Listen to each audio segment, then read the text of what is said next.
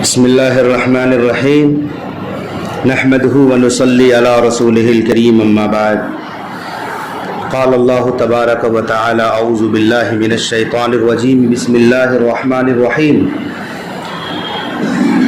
من ذا الذی یقرض اللہ قرضا حسنا فیضاعفہ لہ اضعافا کثیرا واللہ یقبض ویبسط والیہ ترجعون وقال اللہ تعالی لن تنالوا البر حتى تنفقوا مما تحبون صدق اللہ العظیم۔ معزز و مکرم سامعین کرام،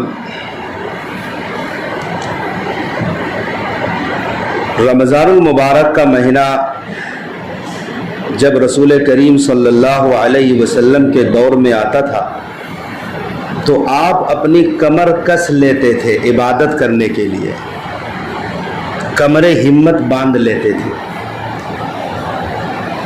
سارے مشاغل کو ختم کر کے رب کی عبادت کے لیے اپنے وقت کو وقف کر دیتے تھے۔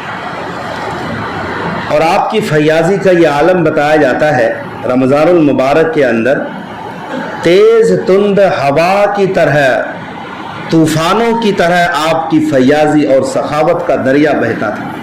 آپ اتنا مال خرچ کرتے تھے، اپنے پاس کچھ بھی نہیں رکھتے تھے، یوں تو سارا سال ہی آپ فیاض تھے، لیکن رمضان المبارک میں اس میں تیزی آ جاتی تھی، تیز تند ہواؤں کی طرح آپ کی فیاضی تھی۔ یہاں تک کہ رسول کریم صلی اللہ علیہ وسلم کا فرمان ہے، اگر میرے پاس احد پہاڑ کے برابر بھی سونا آ جائے، مدینہ منورہ کا سب سے بڑا پہاڑ، احد پہاڑ کے برابر بھی سونا مل جائے تو میں یہ چاہوں گا کہ 3 دن مکمل ہونے سے پہلے میں سارا مال خرچ کروں، ایک ڈلا بھی سونے کا میرے پاس باقی نہ رہے۔ یقیناً رسول کریم صلی اللہ تبارک و تعالی علیہ وسلم کی ذات اور صحابہ کرام کے اعمال ہمارے لیے قابل نمونہ ہے، صرف مال میں نہیں بلکہ ہر عمل میں۔ زکوٰۃ یہ اسلام کے 5 ارکان میں سے ایک رکن ہے۔ قرآن کریم میں زکوٰۃ کے لیے الگ حکم ہے، زکوٰۃ کے علاوہ بھی مال خرچ کرنے کے بارے میں ترغیبیں دی گئی ہے۔ زکوٰۃ تو وہ ہے جس کا منکر کافر ہے، انکار کر دے تو۔ زکوٰۃ تو وہ ہے جسے نہ دی جائے تو عذاب جہنم کی وعید بتائی ہے قرآن و حدیث میں۔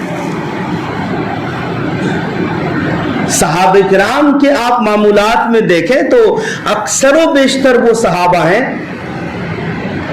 جن کے اوپر زکوٰۃ کبھی فرض ہی نہیں ہوتی تھی، کہ اپنے پاس کچھ رکھتے ہی نہیں تھے۔ نبی کریم صلی اللہ تبارک و تعالی علیہ وسلم اور آپ کے صحابہ اکثر اپنی ضرورت رہتے ہوئے بھی مال خرچ کر دیا کرتے تھے، خود بھوکے ہوتے مگر مہمانوں کو پیٹ بھر کر کھلاتے، یہ ان کی زندگی کا معمول تھا۔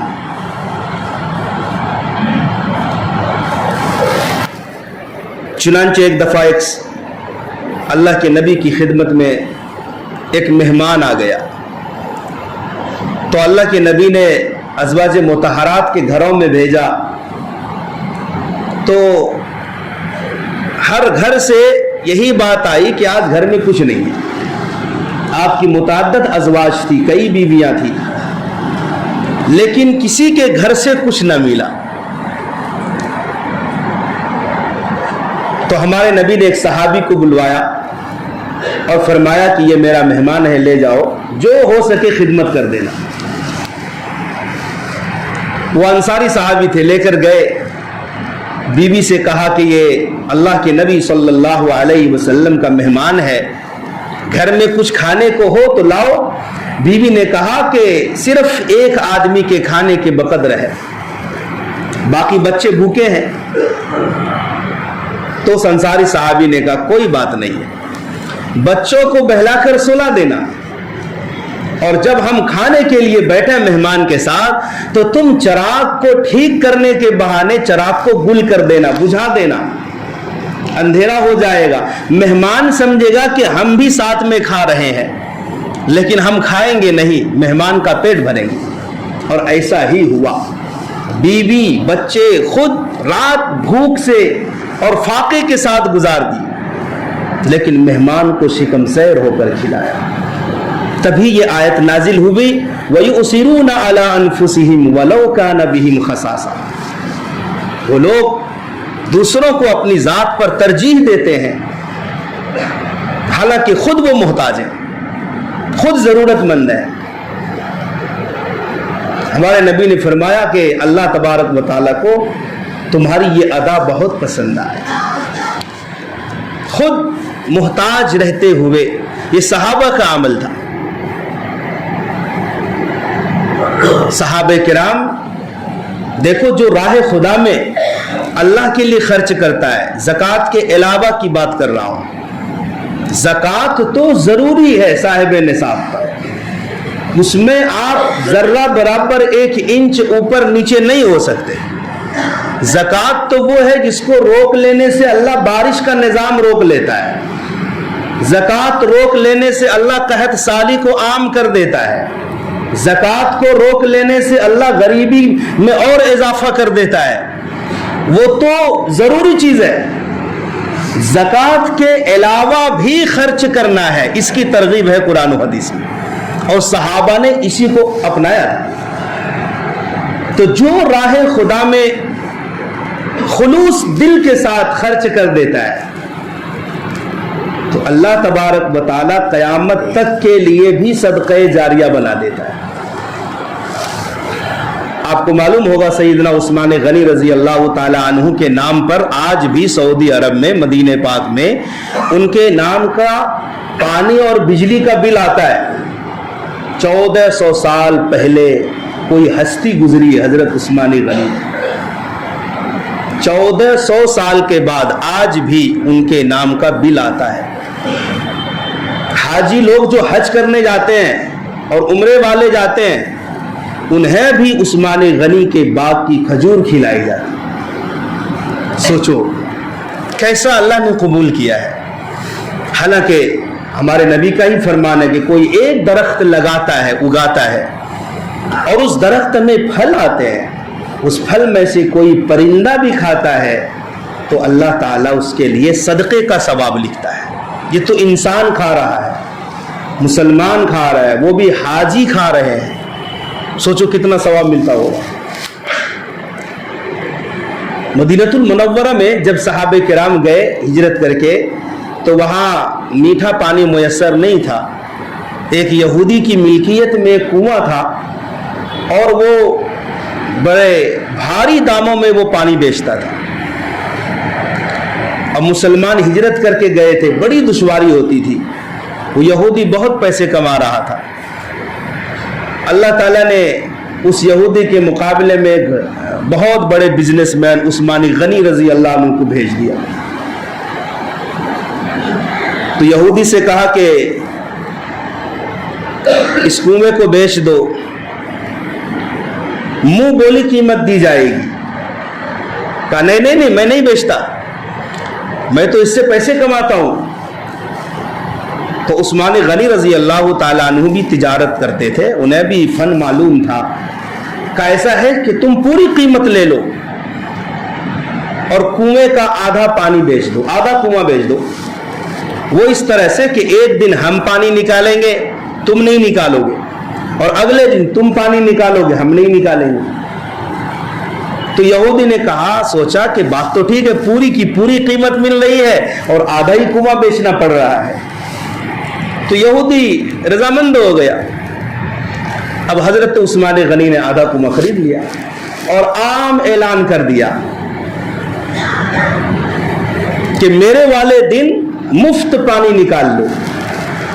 کیا یہودی، کیا مسلمان، کیا دوسری قوم کے لوگ ہیں، عثمان غنی کی باری والے دن میں ہر ایک مفت فری میں پانی نکالنے لگا۔ اب جب یہودی والا دن آیا، یہودی کا نمبر آیا تو کوئی بھی کنویں پہ نہیں،